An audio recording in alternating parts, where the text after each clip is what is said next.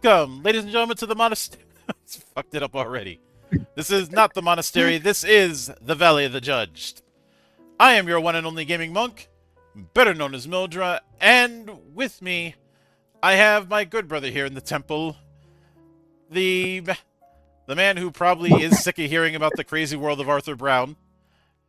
Good brother Flame Scion.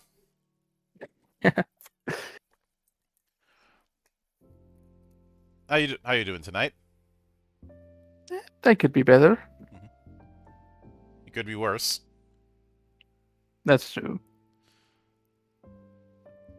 But we are back once again. This time around, we will be soon covering Fate Forge, the 5e spin-off that was done through Studio Agat. But before that, we have the between season tradition to go into.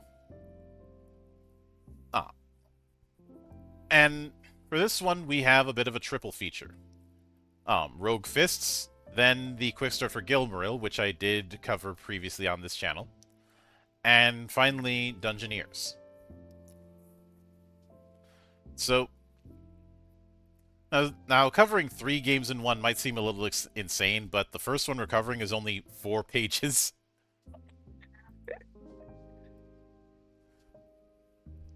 But Rogue Fists is a project by Jay Anyong, also known as the Life and Times of a Philippine Gamer, and one of the inspirations for this channel, and is somewhat a nod to Baki the Grappler as well as the whole underground fighting tournament thing.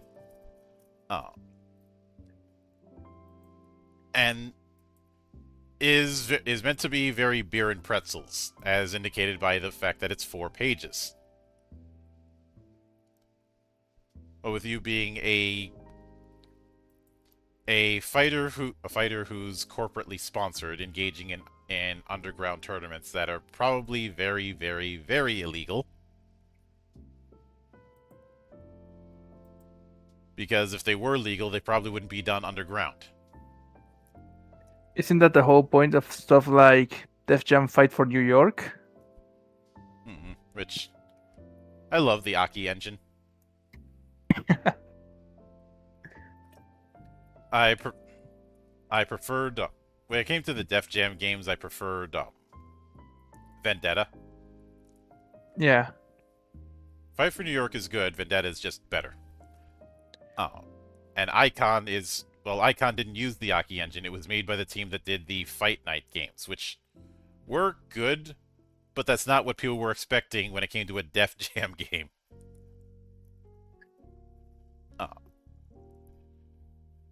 Also, the awkwardness of timing. Yeah, down here, Fight for New York was surprisingly popular. Kind of caught me by surprise on that one. Sometimes that kind of thing happens. It was a bit of a surprise, for example, when I learned that Saint Seiya is very popular in Spain. That's true. And I've heard in some fighting scenes in Brazil, King of Fighters has a much bigger foothold than Street Fighter does. Oh, trust me, in all of South America, I can vouch for Argentina. We absolutely shred with King of Fighters. Which there's also the legendary rule of never using Rugal, or you're gonna get your ass kicked.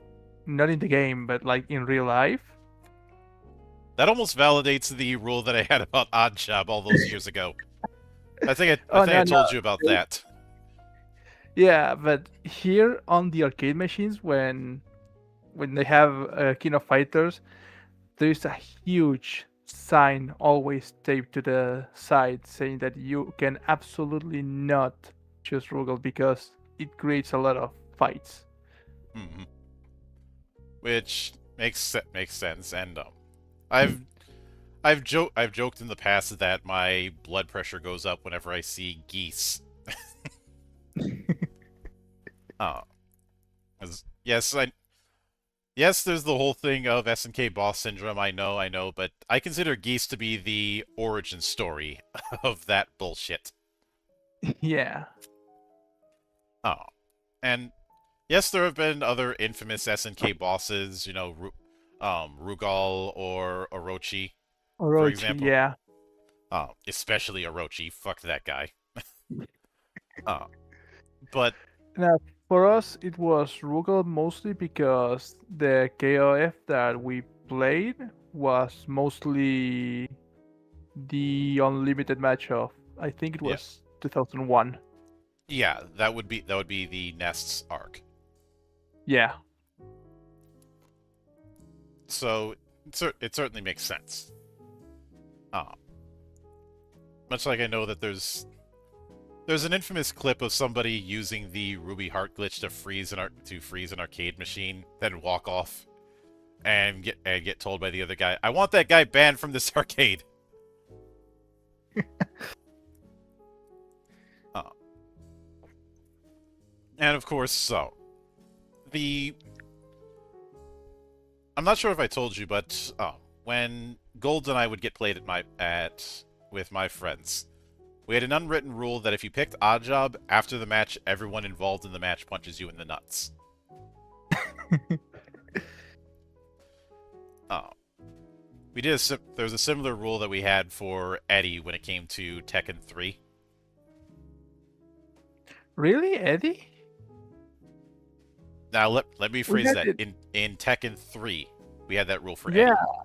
Well, we had it, but for King, because we had a group of friends, and one of them was an absolute dick who knew how to do how A to long chain ass. every single grab. Yeah, to get Yeah, the one hit kill. yeah. I think the reason it was Eddie and not King is because yes, there is that pain. We've all been there. We've all been in that long ass combo that we can't get out of and just get ragdolled until we lose. But it does require a bit of skill to actually pull that off. So I'm willing to very begrudgingly give it a pass. But with Eddie in 3 was cheap. Ridiculously cheap. And that was the reason he got the treatment. Same reason when Brawl came out, we gave that treatment for Meta Knight. Yeah. You know, faster than everybody else, has more recoveries than everybody else, and is not hard to master. Yeah.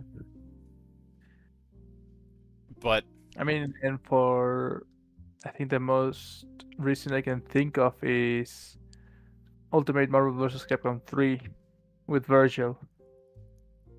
yeah, though it's not like Marvel vs. Capcom has ever been all that balanced. I mean, 2, That's the whole thing. It's amazing how unbalanced it is. yeah. I mean, with 2, here's how you win at 2. Step 1, pick Storm. Step 2, pick Sentinel. Step 3, pick someone else. Step 4, there is no Step 4, you've already won. And what about the Magneto Infinite Combo? Yep.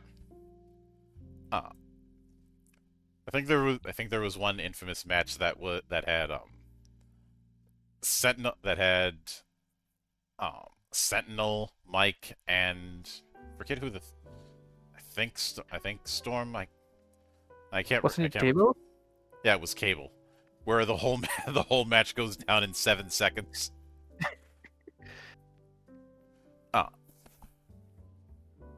But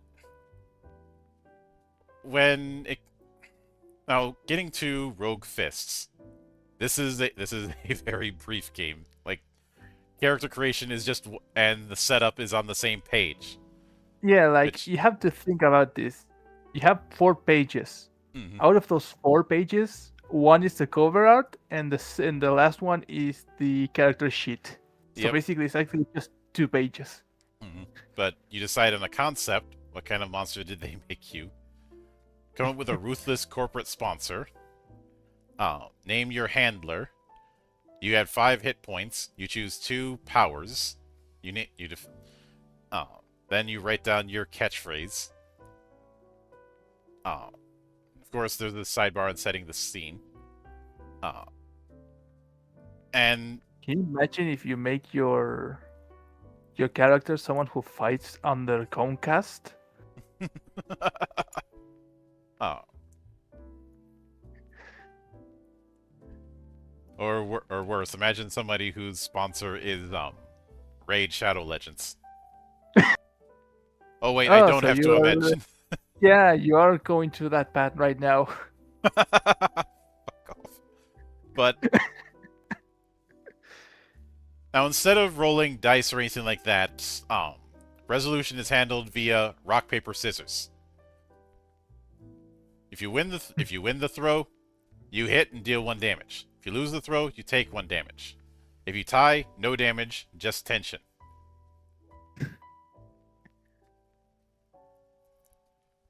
That's amazing. But if you throw the same symbol without interruption, you can form a string.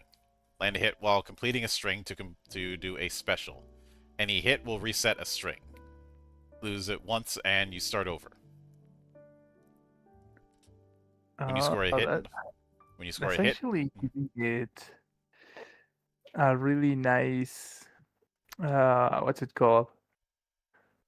A really nice strategy to see if you're gonna risk to be using the same thing over again, over and over again. Yep. When you score a hit, you take control of the moment to describe how you move, how the crowd reacts, what your handler is screaming. You cannot describe your opponent's thoughts, and they also say, go big, make it a goddamn spectacle. When one fighter loses all their hit points, the fight is over, winner gets to describe the outcome. And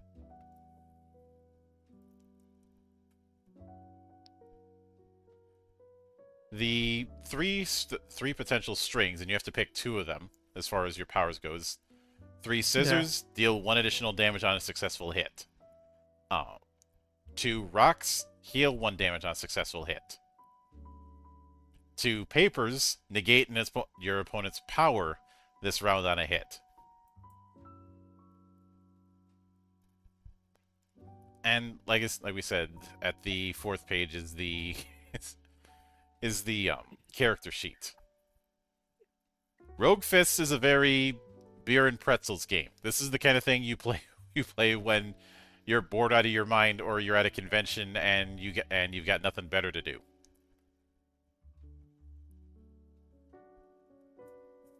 Like I could see breaking this out at a con when sitting in line for some panel.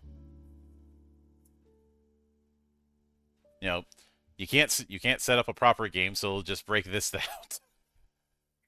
Yeah. At some of the cons I would go to, I would break out Channel A to do a similar thing.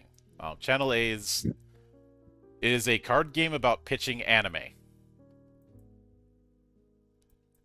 What? Yeah. Think of it similar to Cards Against Humanity, of one person's the card czar who draws the white cards and everybody has to fill in the blank with black cards. It's a similar thing. The producer pulls 2 genre cards out and says, "All right, pitch me an anime with these 2 themes." Like say shonen battle manga and economics. And everybody else has to use the title cards that they have to build a title and then pitch it to the producer.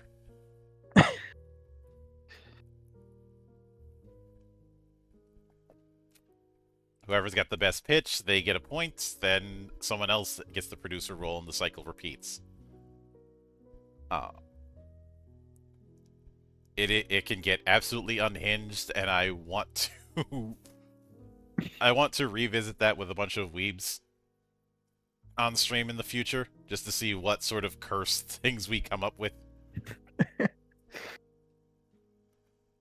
But the first of the 2 proper ones that we'll be covering is a game that I did cover in an interview recently, and it did recently fulfill its funding on BackerKit a few days ago. That being Gilmoril from Tales Untold. Now, obviously, we're not going From the through get-go, every page on this, but we will be from the covering some get-go, I bits. absolutely love the cover art. Mm-mm. It refers to itself as a techno-gothic nightmare. And while there's some weirdness going on with the with the bookmarks, I do appreciate that the table of contents is hyperlinked. Yeah, take that, Fate Forge. I already checked the first one and it doesn't have. Oh, I also appreciate that they have a lexicon right out the gate with Yeah, pronunciation guides for certain terms. Like when you're using terms in universe, I think it's important to have that sort of thing.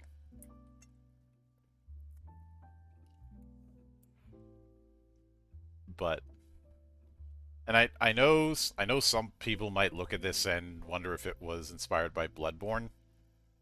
Not exactly. Well, not entirely, I should say. There was a bit of that, but a bigger point of influence was The Witcher, and you'll see why when we get into things. But nice. it opens up with the Venerer, monster hunters. You have been chosen by your people and tasked with the eradication of the Technocyte plague. Mechanical monstrosities stalk the untamed region of Gilmoril, and with the help of those brave few who choose to join you, you must stop them from spreading beyond the borders. Gilmoril is a game combining the monster hunting mystery and aesthetics of The Witcher and Bloodborne, with a few twists on its own.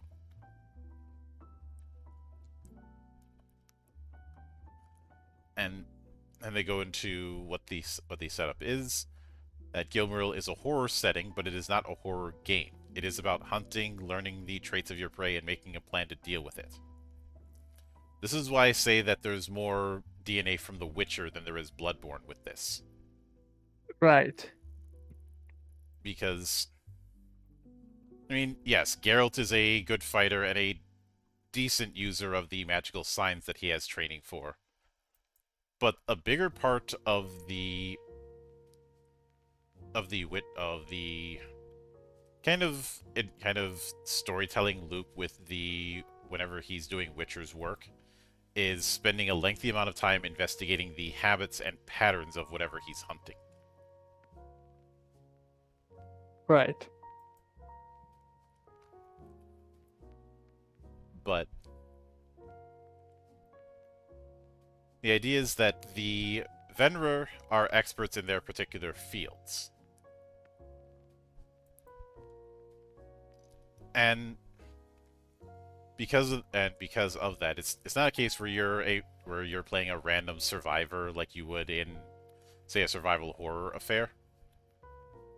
No, you are somebody who has some level of expertise, and you are going to be using that expertise.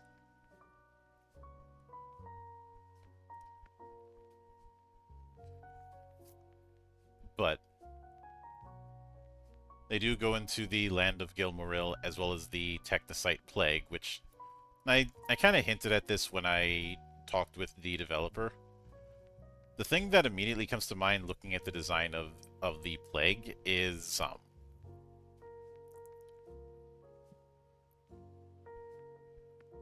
the film Virus. I don't think I haven't seen that one. It wasn't a great film, but what stood out to me was the creature feature effects for it.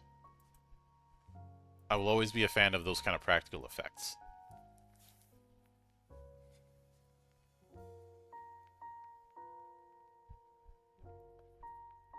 But the The Technocyte plague, as it's described, are these mechanical horrors that use people as hosts, and also want people scared more than they want people dead. Right. And to combat them, the Venerer um, were created. 100 years ago, they were simple magicians, the people you'd call to get rid of mischievous spirits or lingering curses. And now they deal with maledictions and technocytes.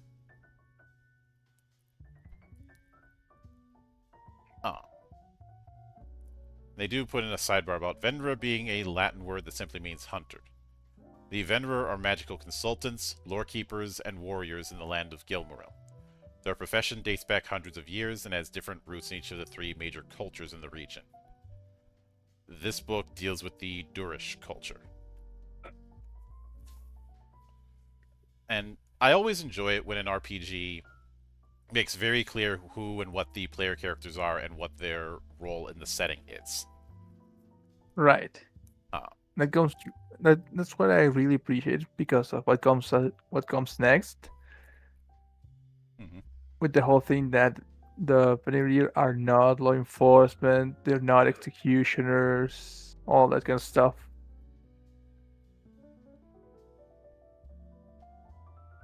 Yeah, basically there are certain rules and guidelines that you have to follow. And some of these can allow for some good character drama, like the whole thing of people seeing you as the law even though you're not. I guess I'd liken it to the way a bounty hunter in a western is viewed. They're certainly an authority, but some people are going to see them as an authority and some people are going to see them as unstable.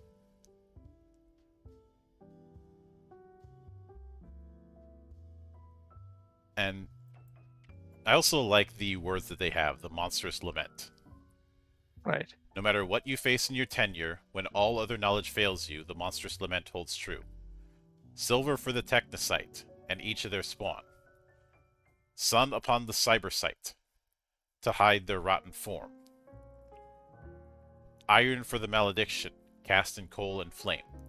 Dispel cursed afflictions with the blood of those to blame. This really is just based on, or more the vibe of The Witcher. Mm-hmm. Now, then they go into the three major types of threats that you'd be dealing with. Technocytes are magical monstrosities with unknown origins. They take on the forms of our oldest fears and legends as they hunt us down. They hunt with precision, planning each kill with great care. Cybercytes are organic beings infected with the technocyte plague. In the light of the sun, they hide beneath their host's skin. In the darkness, they transform into technological beasts, hunting and killing only at night, fueled by the passions and fears of their host. Almost like a metallic were creature. And a metallic were creature mixed with a parasite. I was gonna say symbiote, but there isn't a symbiotic relationship here. And maledictions are magical creatures and spells gone awry. Ghouls, imps, curses, and spectral visitors all fall into this category. They hunt based solely on emotion at any time of day. And I think this approach also answers one particular thing that can happen in some games of how much do the characters know about the threats that they're facing. Yeah.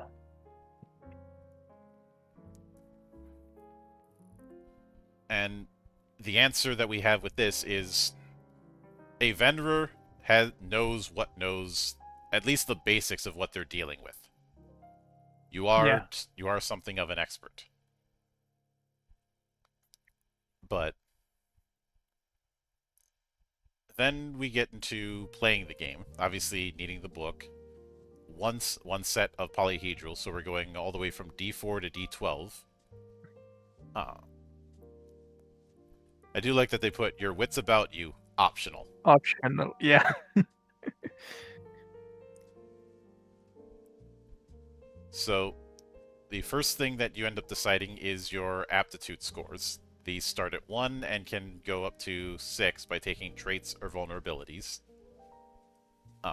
Each aptitude score influences at least one of the limits you have and also determines what kind of dice you roll when taking tasks.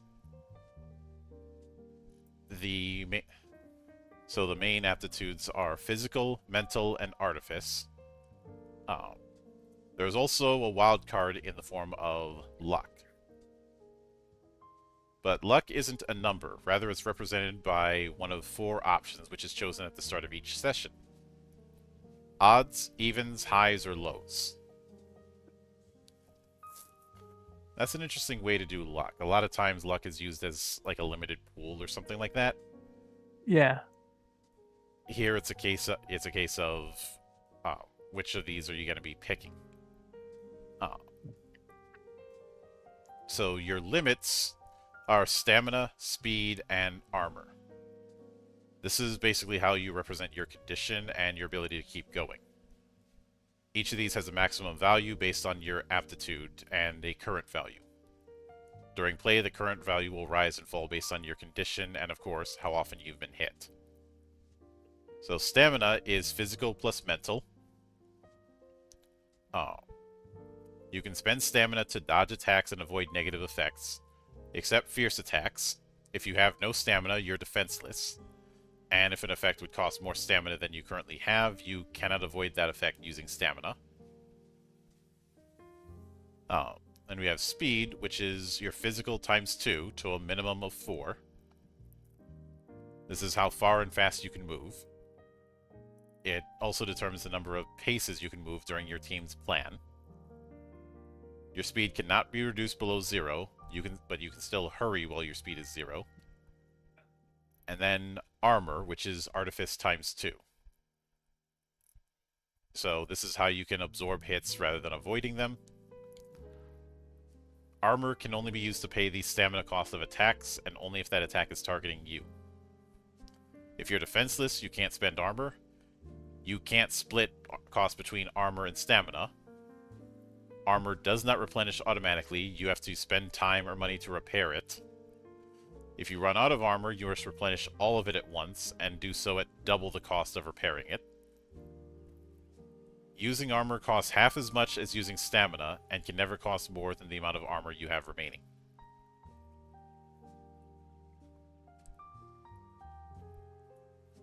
So, what we have here is something a little adjacent to the cipher system in terms of utilizing these 3 pools. Yeah. But you're not using them to boost your rolls itself, which is going to differentiate itself from the cipher system. So we are using grids, but it's clear that it's a bit loose.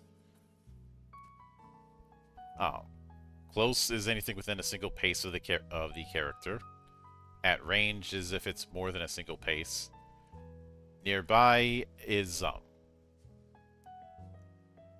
things that could be visited during the current chapter but are not clearly visible.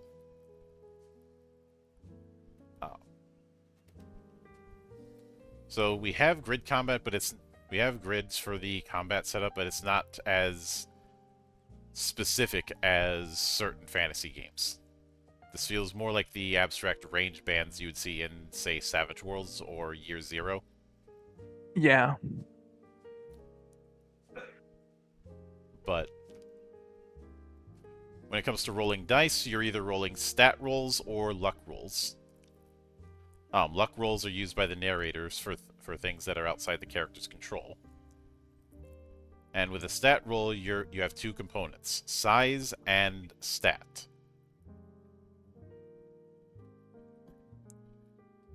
The size of the roll is how complex it takes, so how many die you're going to be rolling. 1 die, simple task. 2 dice, reasonably complicated. 3 dice, complex. The stat for either physical, mental, or artifice determines what size of die you're going to be rolling.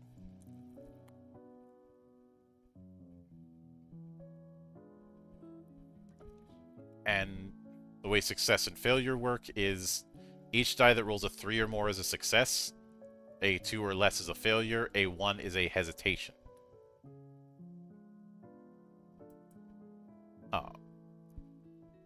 Once a team hesitates twice, their plan is interrupted by the opposing team. That's an interesting way to do a botch, i.e., if you've got 2 people that roll 1s, then that's the end of their side of the turn order, and now it's the enemy side. Yeah. Which also makes a D4 very risky. But the stat spread is 1 to 2 is D4, 3 is D6, 4 is D8, 5 is D10, 6 is D12.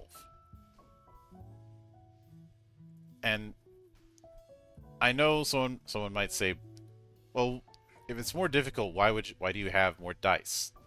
More dice means more opportunities to roll low or roll a 1.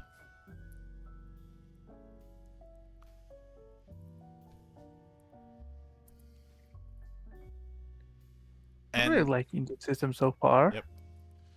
You do have Banes and Boons. And instead of adding dice, what it does is, if you roll a Bane, you have to treat your highest result as a failure. If you have a Boon, you can re-roll a 1 once. If you have both apply. So this is a rare case where Banes and Boons don't cancel each other out.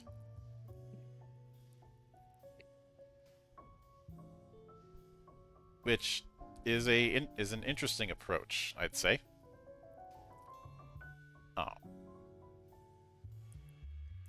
But luck rolls are used by the narrator. They roll a single d8 and checks the result against each acting character's luck. 1 to 4 is a low. 5 to 8 is a high. Odds and evens, they're self-explanatory. If it matches, they're in luck. Whatever they were attempting succeeds or at least fails in their favor, or at least falls in their favor. If it does not match a character's luck, then they suffer from bad luck. And multiple characters can be affected by a single luck roll.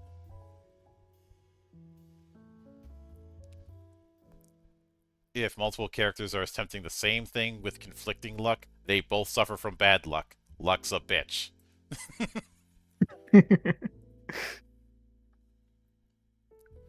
And they're just rolling 1d8 for the luck roll.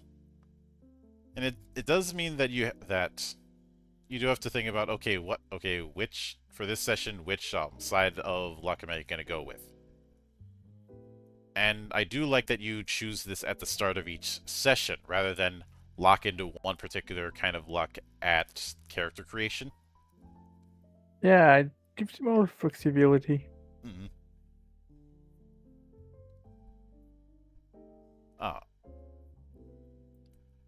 And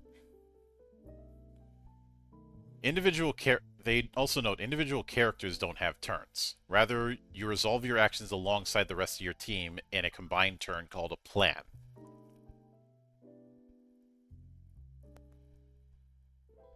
The order of plans is first, Brave Souls, so these would be friendly NPCs.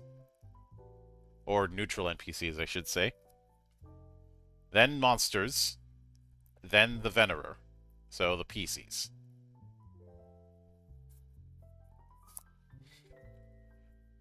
But when performing an action, you have basic and complex actions.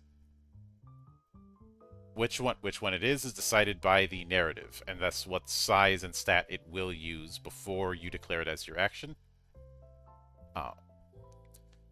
Each character in the team declares a single action and what team their target is on.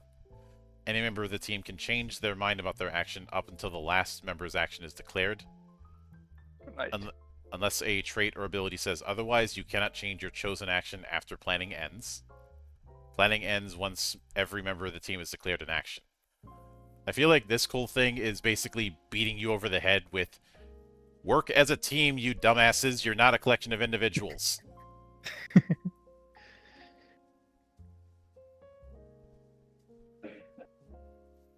Oh. And once the plan is put into action, the narrator resolves any basic actions that were declared. One by one, each member of the team can choose to take their declared action. Each character must complete their entire action at once. You cannot save part of it for later. If your team hesitates twice, performs a fierce attack, or all actions have been completing, the plan is over and the next team begins planning. Begins planning, sorry. So basic actions are any action an average person would find easy or that would be impossible to fail under normal circumstances. This does include basic attacks, but they make a note that basic attacks are not what a lot of people would think. They're improvised weapon attacks, and this includes Right. unarmed. Because why would you try and punch a mechanical monstrosity with nothing but your bare fists? Oh.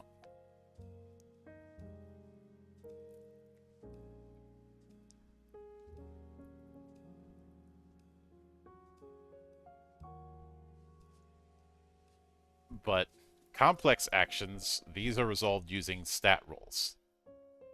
Anything of significant effort would do these, and this includes striking. So attack. You move up to your current speed and attack a close target. I like that moving and attacking are not separate actions here. Nice. And you make a physical roll with its size equal to the weapon's size. The number of successful dice is the stamina cost to avoid the attack. So if you rolled high 3 times in a row, that's 3 stamina that the target has to spend.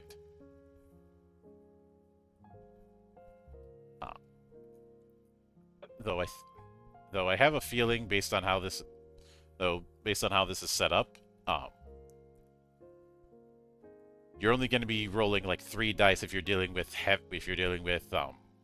the more big ass weapons. But then shoot, Yeah, most likely. You can move up to 1 pace and attack at range with either a ranged weapon or a thrown weapon.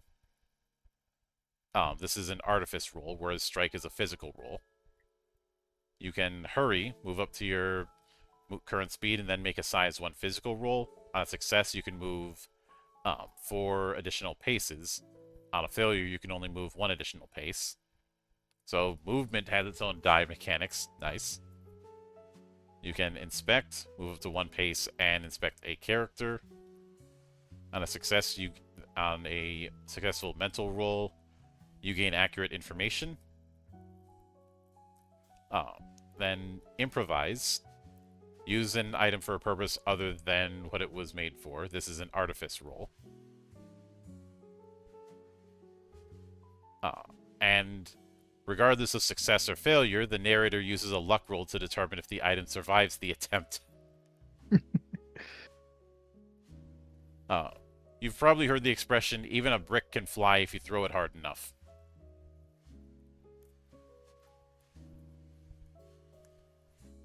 But then there are effects, status, and treatment. Basically debuffs. And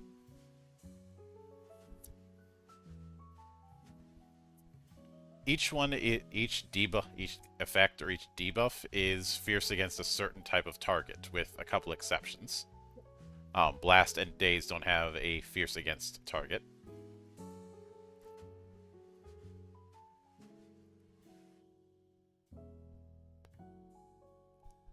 And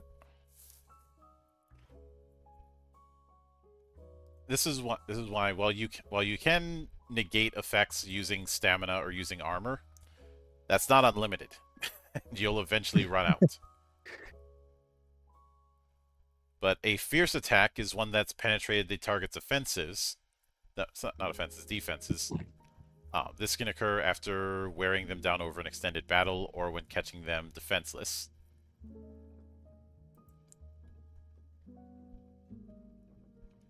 So, working with your team to meet the conditions for a fierce attack is the best way to end fights quickly. Attacks made against defenseless targets are always fierce attacks. A fierce attack or effect will cause its target to become maimed. If they're already maimed, they're mortally wounded. When a team performs a fierce attack, their plan ends immediately after that action is resolved, giving the target a chance to respond to the danger.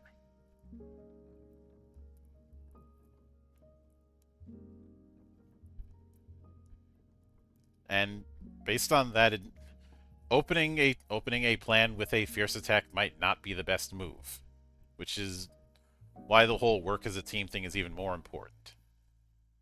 Yeah. But instead of HP, we do have wounds. We already mentioned maimed.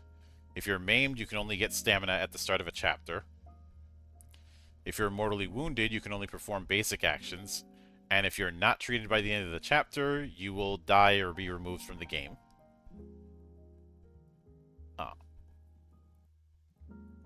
If a character is inoperable, you can't be treated for your current injuries. This usually means an effect is permanent or requires specialized help. Things with... You could also have overdose. If you take 2 potent doses of a single reagent, you overdose. You're immediately maimed and you cannot lose that condition until special treatment is completed. If you're infected, you are mortally wounded, and at the end of the chapter, you will die.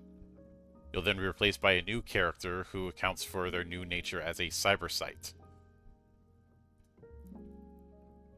This can be treated by amputation, excision, execution, or a perpetual supply of narcoloid. And instant death is, well, instant death.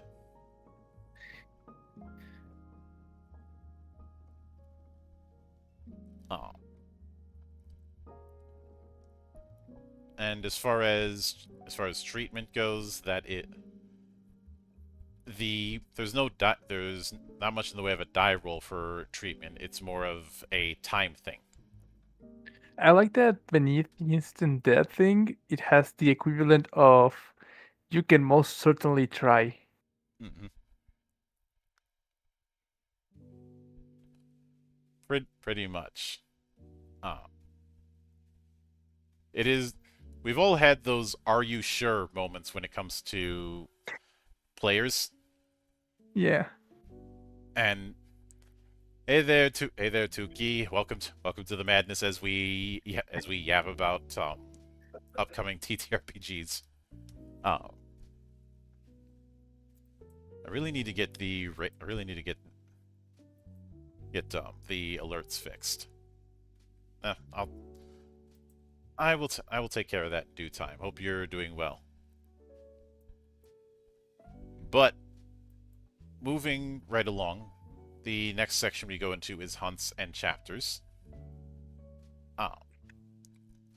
Each hunt has a dossier, which is created or selected by the narrator before play begins. They do have an example dossier for the sample adventure in this Quickstart. Chapters are segments of the hunt. So because of that, this has a very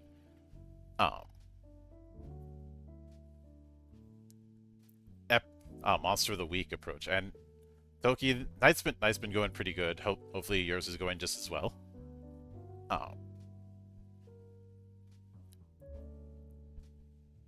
But this definitely fits that whole, for lack of a better term, Monster of the Week. I could see an individual session just being a single hunt. Or yeah. It could, or if one wished, they could spread it out so that a single chapter is a session.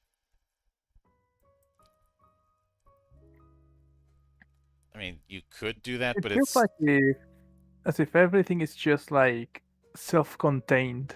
Mm-hmm. I feel like this lends itself more to one hunt per session.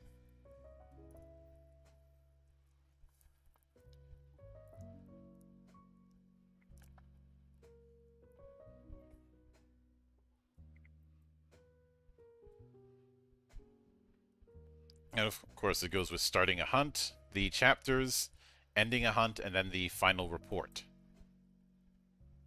Because remember, the Venerer are required to tell the authorities how things went down. I also like this little thanks for playing at the end of the sunset part.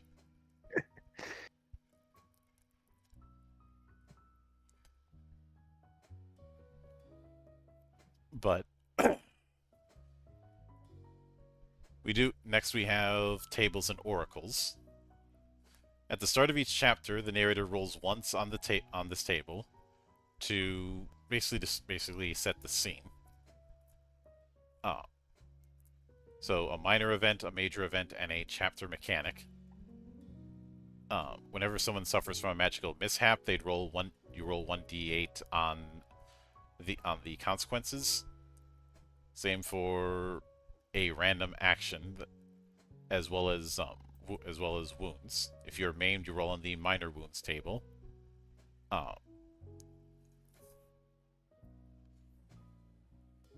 When you're mortally wounded, you roll on the major wounds table, and each one goes into what kind of treatment you might need.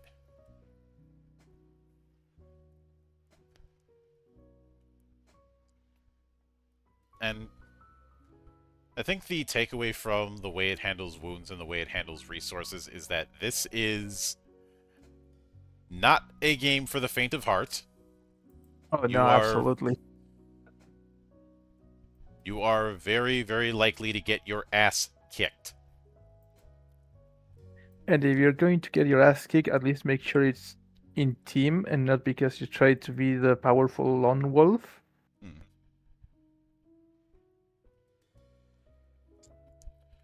But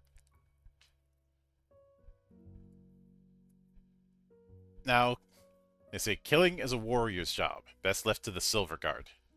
The Silver Guard being basically the army. The Venerer's task is more important, hunting the damn things.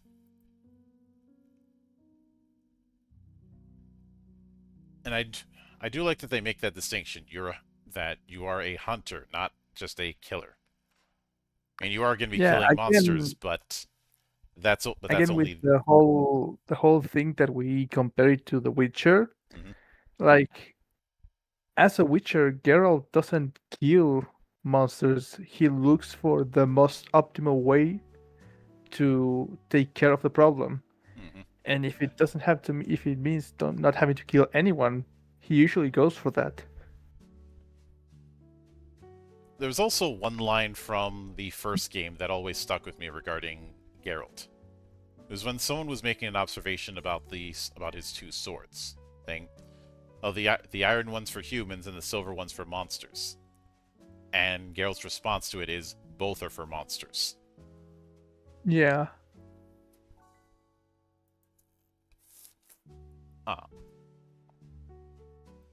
And they do go into the kill conditions. Monster have 4 types of vulnerabilities: attraction, repulsion, pain, and influence. Only by exploiting all of them can a monster be effectively killed. So a monster can only be mortally wounded when all vulnerabilities have been exploited at least once. Attraction is desire calling to them from afar. Find out what attracts them and take it from them. The desperation makes them irrational. A monster must always try to acquire what attracts it. Repulsion is fear, disgust, and shame. Present them with what makes their metal skin crawl.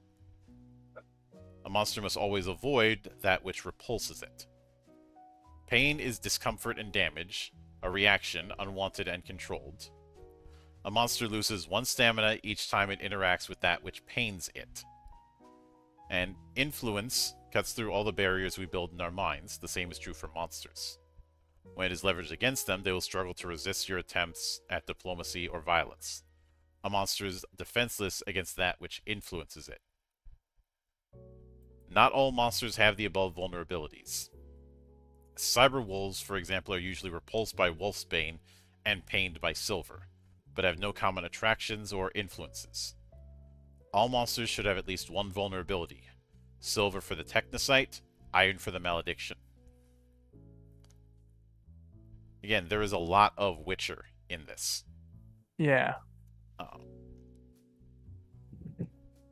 And then for classifications, there are other classifications, but these are the most common.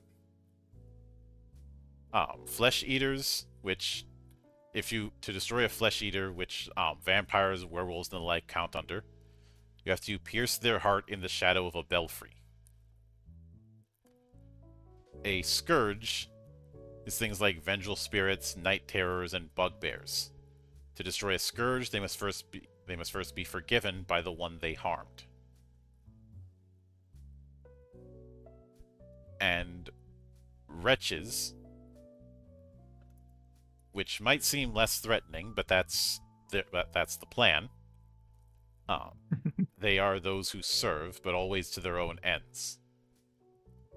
So demons, jinn, evil advisors, and so on. To destroy a wretch, you must give them a crown under the gaze of the sun.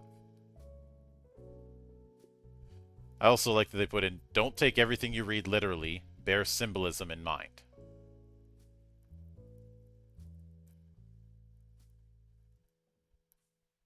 Oh, this one is really cool. The next one. The whole thing about how to keep time. Yeah, the bells. Yeah. Which makes sense because the game is assuming that you're in a city. Yeah. So we have the baker's chime, sunrise, breakfast chime, the Lord's chime, the wind's chime, the midday meal, noon, the market chime, the end of open air markets for the day, the return chime, the return of the miners, the repast chime, the start of nightly recreation and mealtime, the ash chime, the night chime, the setting of the sun, and midnight.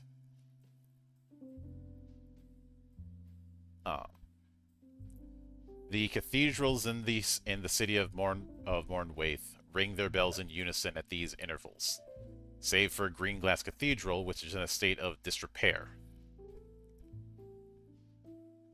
Though the methods that they use for timekeeping are a closely guarded secret.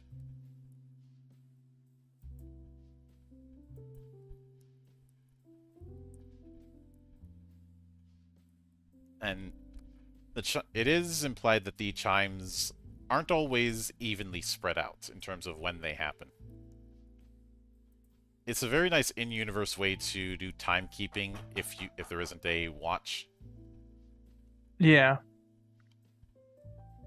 But before we continue on, I need to step away for one moment. Sure. No.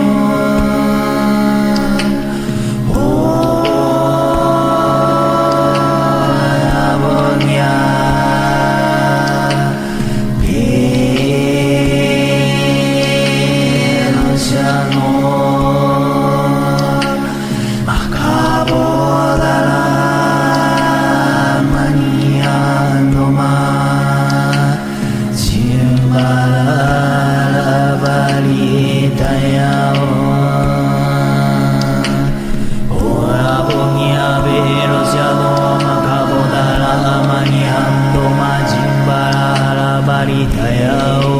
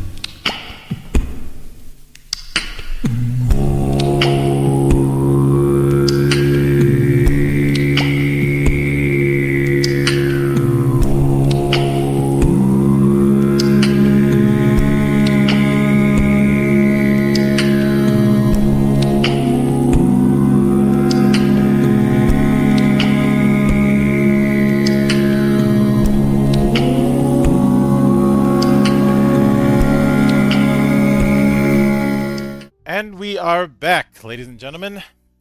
As I dealt with a small aside, let's get right into medicines and disease. Uh, while these might be overlooked in favor of herbal or alchemical remedies in Gilmoril, uh, you do have a bit of the signs of life as well as the timeline of death. And the idea of a moonset corpse. If possible, last rite should be performed and any investigation on the body should be completed before midnight of the full moon.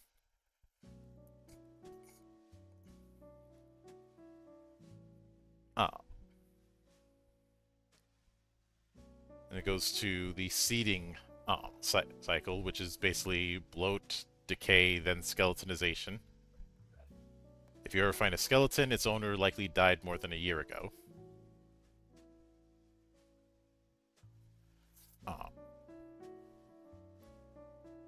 And then the process of alchemy with certain concoctions, effects, and I also like that they put in the flavor because maybe it's just me, but I've always figured that healing potions should taste like ass. Like any remedy should. Yes.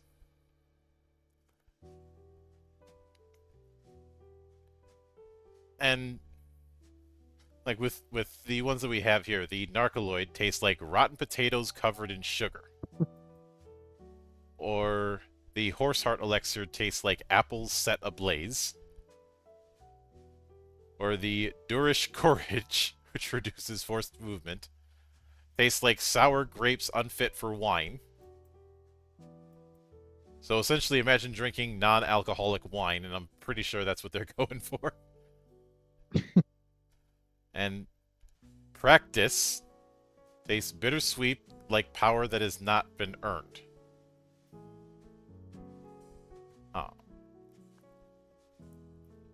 These can be purchased from any alchemist or created using blood, poison, nectar, or alcohol into a boiling pot and using magic to transmute them into a concoction. Doing so is a mental roll if you're creating a concoction. Its size equal to the number of ingredients used, up to 3. You make a number of doses of your chosen concoction equal to the number of successful dice, minus 1. If you hesitate, roll on the magical mishaps table. You can only do this once per chapter. However, at the end of each chapter in which you consumed a concoction, you have to roll on the side effects table once for each concoction consumed.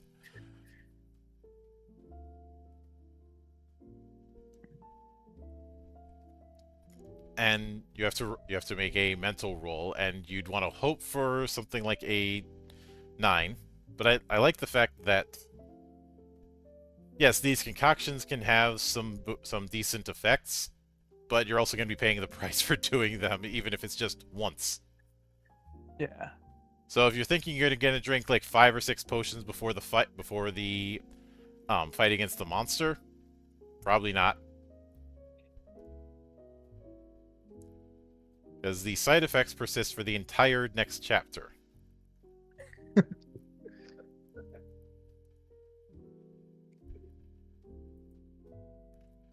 Then you have traps, which makes sense. Now, you don't always need bait, but it sure makes your job easier. Good bait falls into needs or desires. A bait of desire will lure the prey to the area. A bait of need will force the prey to spring the trap.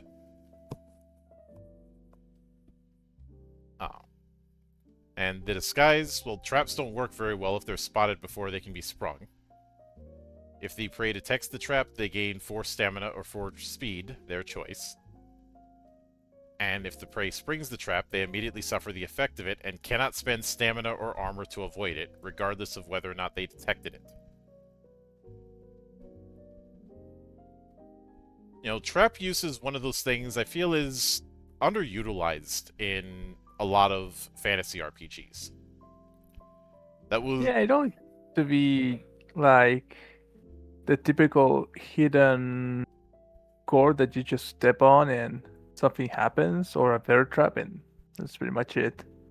Mm-hmm.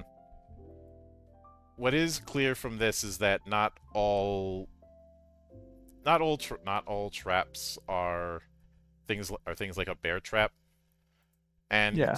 given one of my favorite early D&D stories, uh, I certainly approve of it because I have I ever told you about the up button?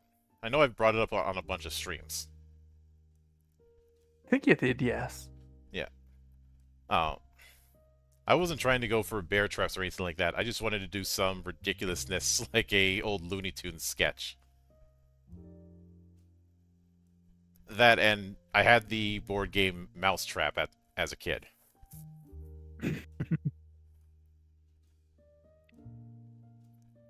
But and yes, one of the spells that I did have access to was Summon Anvil. Now, some of you who may be D20 brain rotted will think, "Oh, you make an anvil appear next to you. What's the use of that?" That's not what it does. Flame, I think you can figure out what Summon Anvil actually does.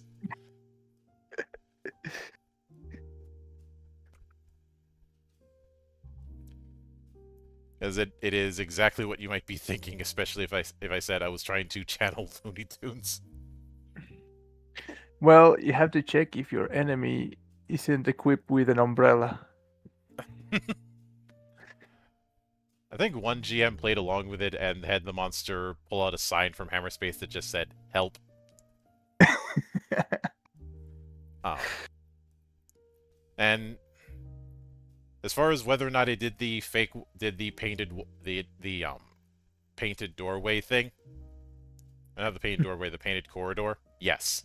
Yeah.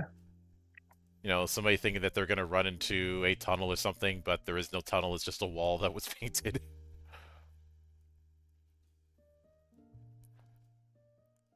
You know, I figure everybody's doing this ultra serious stuff. I'm gonna do something completely ridiculous and make it work. But I mean, it makes it's a good thing to. After all, you're doing this because you want to escape from the fucking burning trash thing that is our world right now. but You might as well be silly. yeah, we also have some rules for cooking. Oh, Hell yeah, cooking. so it can be a way to restore strength, but it also holds within it the history and culture of your people. Superstitions and beliefs surrounding food are just as strong as any blade, and you'd be a fool to ignore them. A Oh yeah, meal, this is the time where tomatoes were seen as something like I think it was poisonous, right? Because of the shape and everything. yeah, it could be. Ah, I know, I know that you can describe all 6 ability scores in D&D using a tomato. Yeah. Ah, you can also piss somebody off by putting tomatoes in a fruit salad.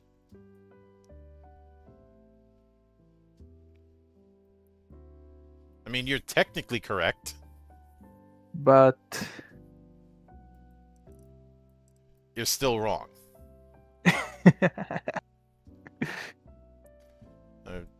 Yes, it technically counts because it's a fruit. But also, nobody's gonna do. oh, fuck you. Nobody's going to do that. Like, you're not wrong. You're just an asshole. But the meal restores 2 stamina for each unique category and flavor of ingredient used when making it. This is split evenly among each character that eats the meal. Let's see. And yeah, we have tomatoes are considered poisonous in the city. Then you have things like beetroot, which supposedly increases libido. Um, apples repel medical professionals. Carrot promotes good eyesight. Potato, no legends, but goes with everything. That's true. Mm-mm. I mean, the apple one isn't really that wrong. Have you ever tossed someone an apple? They Yeah. hurt. Oh, Oh god, I just realized what they're doing with that. An apple a day keeps the doctor away. God fucking damn it.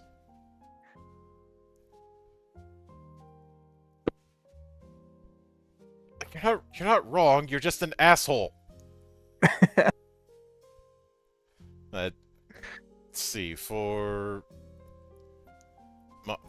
the types of meats, we have bear, which supposedly increases libido. Not touching that. Goat, which they believe prevents technocyte infection. Fish, which they believe strengthens bones. Fowl, they believe grants the favor of the gods. And pigeon, believes curses those who consume its flesh.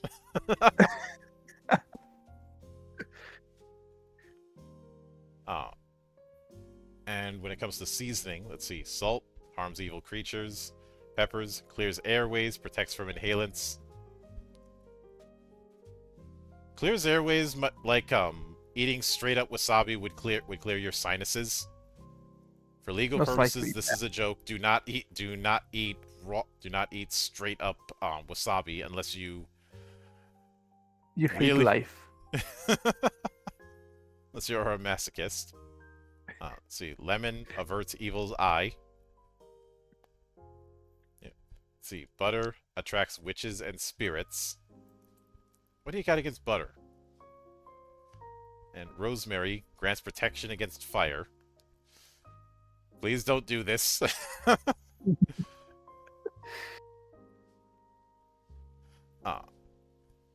And we also have rules for herbalism. So, applying the effects of plants and herbs. You can determine what someone may have ingested, or inhaled by comparing their symptoms to those on the chart.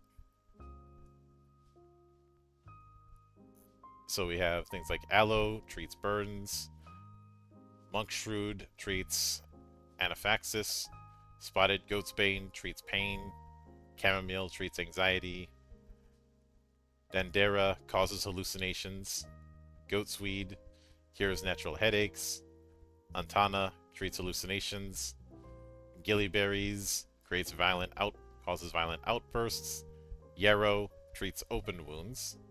Then the more potent effect. Potency is reached by providing a double dose of a particular ingredient. Regular effects are fully replaced with potent effects in such cases. 2 potent doses leads to overdose. Creating inhalants, injections, and tinctures is a slow process. In the field, you're more likely to have time to make a simple potulus, a paste made of crushing up herbs. While these are perfectly reasonable for treating small ailments, they are limited in their effectiveness when dealing with greater injuries. To make a potulus, you choose up to 3 ingredients to combine. Make a mental roll, its size equal to the number of ingredients. Choose one of those ingredients' regular effects, and for each success, add a potulus with that effect to your pouch. A potulus can never cause potent effects, nor overdose, but its regular effect is not applied until the end of the chapter in which it's used.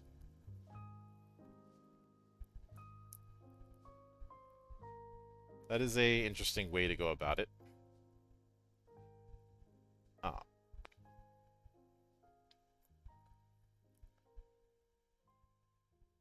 And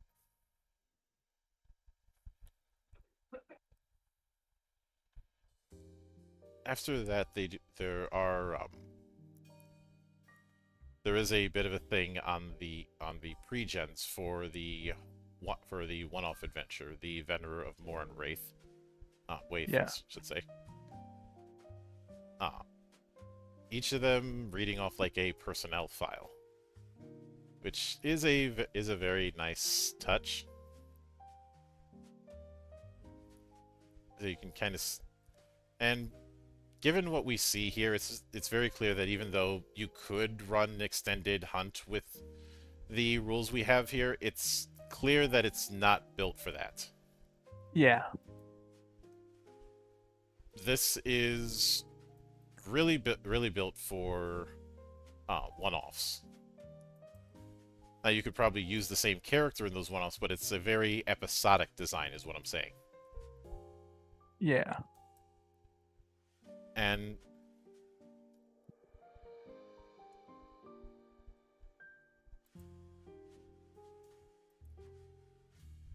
there's also a nice little chapter page at the back, and a good display of the map, and an index for a quick start. That's not something you see often. Yeah. But all that said, what do you think of Gilmoril from this, at least from this quick start? So I'm gonna point out a couple of things that I really liked, and there are a couple that I might need to read again because they might, or I might not have understood them properly. But the setting, amazing. The stuff that I do for like the food, the cooking, the setting, the traps, everything like that, that it goes extra deep, that goes that extra mile to give you a way to incorporate it into the game when you want to be immersive, to describe a situation. That is absolutely amazing. I love it. Not Mm-hmm. many games do that. The character sheets, I might need to check it out properly to understand them. The maps are really cool. I still need to go again for, let's say, some of the turn order, planning, everything like that. I might need to take a read about that, and everything else I actually really like. It's quite unique as well. Mm-hmm.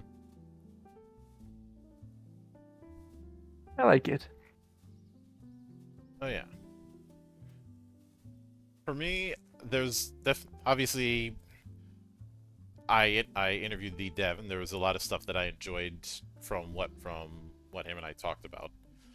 What Yeah. I what I take away from this is that this is a game that is very, very clear of intent. It knows exactly Yeah. what it wants to do, what it wants to be, and is not interested in doing anything else but that. Right. And Instead of trying to be like, say, a jack of all trades for role playing, it is this setting is made for one thing, and because it is made for this thing, we're gonna try to delve deep into only just that. mhm, Doesn't get lost on itself trying to be more than one thing. yeah, it it means, and I know it would be tempting to compare this to say Blades in the Dark or Cipher, but I don't think Yeah. either of those comparisons really hold up. Because Oh no. Cipher uses its resource for pretty much everything. Its set of its three pools. This is only using those pools defensively, with almost as a way of um, getting out of a get I won't say a get out of jail free card, but a escape button that you have a limited amount of uses of. Yeah. But even with those limited amount of uses, this is not a game where you're going to be tanking hits all that much. Um, This even is a if you game where make, you need to coordinate with your teammates very well what you want to do. mhm. And a lot of the game mechanics encourage you that. And yeah, there's always been an element of working as a team in role-playing games, but in the last few years we've seen more and more games that make it a explicit part of the mechanics. Um, Right. a while back I covered the quick start for the Division TTRPG, and one of the big ways it focuses on the whole work as a team is that the resource for your special abilities is shared. Think of like an MP pool that everyone draws from. Yeah. Uh, in this case, it's the fact that you're not doing individual turns; you're doing a plan, which means you need to work with the other people at the table.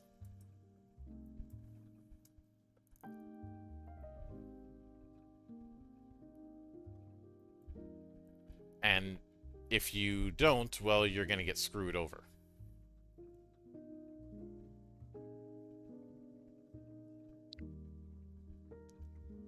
I like that. I like when they encourage that factor of trying to. Uh, damn it. It's getting too late and I'm starting to lose my grip on how to speak. I try to encourage, because there's always the difference between encouraging, like planning and party, and enforcing it. Yeah. You have more flexibility when you're encouraging it. And in something like this, it's very clear that what happens if you don't work together? Well, you're gonna get wiped, because after if you burn through all of those resources you have, you're not gonna have much, which means protracted fights is not a good idea. So because of that, everything kind of wraps in on itself. Yeah. You are meant to be hunters, not just monster killers. And giving investigation to give yourself every advantage possible and not fight fair is going to be paramount in this. Oh, absolutely.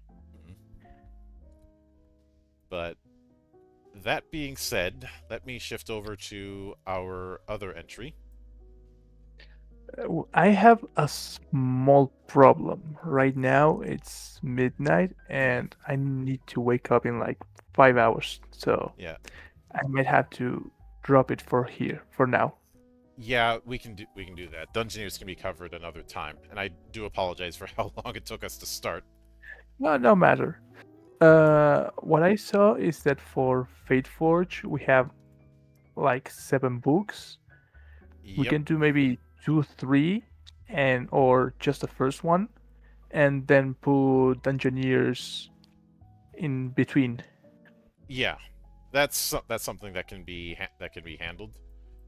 A lot of stuff with Fate Forge we're going to be skimming because it is. They're absolutely huge books. They are, and some of the crunch is just carrying over crunch from 5e, and there's not really a point in repeating that. Yeah. So that's what we'll start getting into next week. So until then, on behalf of the good brothers present and not present, my name is Mildra. I am your gaming monk. Stay fucking frosty, everybody.